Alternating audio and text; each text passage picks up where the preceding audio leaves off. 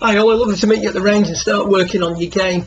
Obviously the theme of this lesson was learning to side bend to the left, and went into a little bit of detail out on the range about what's involved in order for you to have this overall appearance. However, starting at P1, there's an excessive side bend to the right side is very much kinked in, and during the early part of the takeaway, P1 to P2, this side bend tends to increase. We can see that when we look at it from down the line. We can see that there's a lowering and a flexing of the right side very early in the piece. That's you actually increasing the side bend to the right, that downward piece that you see there, see your head on the horizon, just lowering, side bend to the right increasing, side bend to the right maintained, and then from there you can see there's a standing up. There's very much of an extension of the upper body, but very little extension, actually no extension of the lower body. So the right knee's maintaining, if not increasing its flex slightly. Then when we get to the top of the backswing, there's the extension of the upper body, the hips very level, and the right knee working inwards a little bit too much. So what we then went into was explaining what should happen from address to P4. What we should be seeing is an extension of the whole unit. So the whole of the right side we want to see extend. Charlie Wee's got a little side bend to the right there at address. Left shoulder works down. In order for the left shoulder to work down, the left knee must flex forward and the right knee must straighten.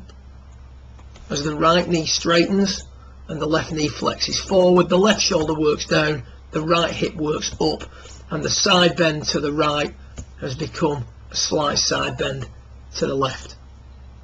As the player continues to work the left shoulder down, extend the right knee, extend the pelvis and extend the thoracic, the side bend that was to the right at setup is now to the left at P4, and the right hip is much higher than the left. The right knee is higher than the left knee. So left knee's flexed forward, right knee's straightened, and we've got this appearance of side bending to the left. Essentially, if we're going to turn in a centered manner with a consistent inclination to the ground. So we take a little look at what we've done. We've actually put you in your top of the backswing tilt, if you will.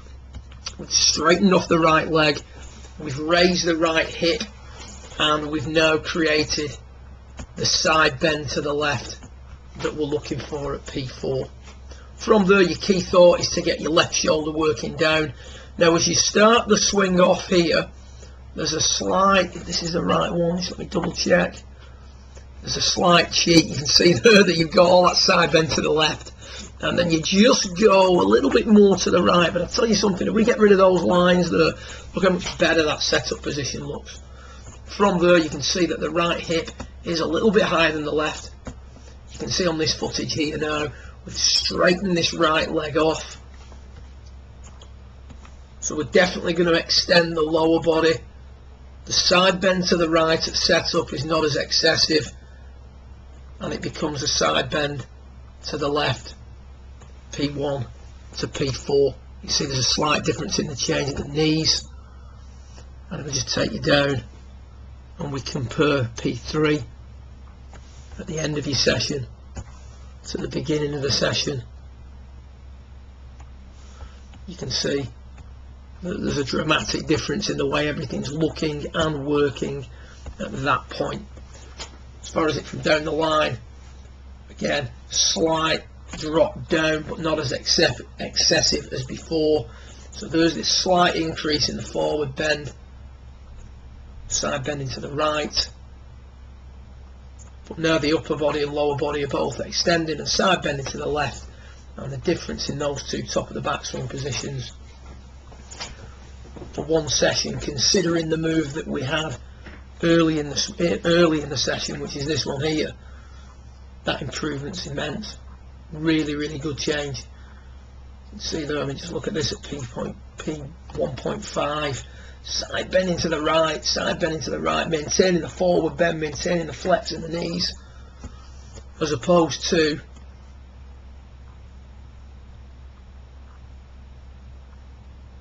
side bending at a more appropriate rate. Side bending to the left, left shoulder down, turn and extend, left shoulder down, turn and extend.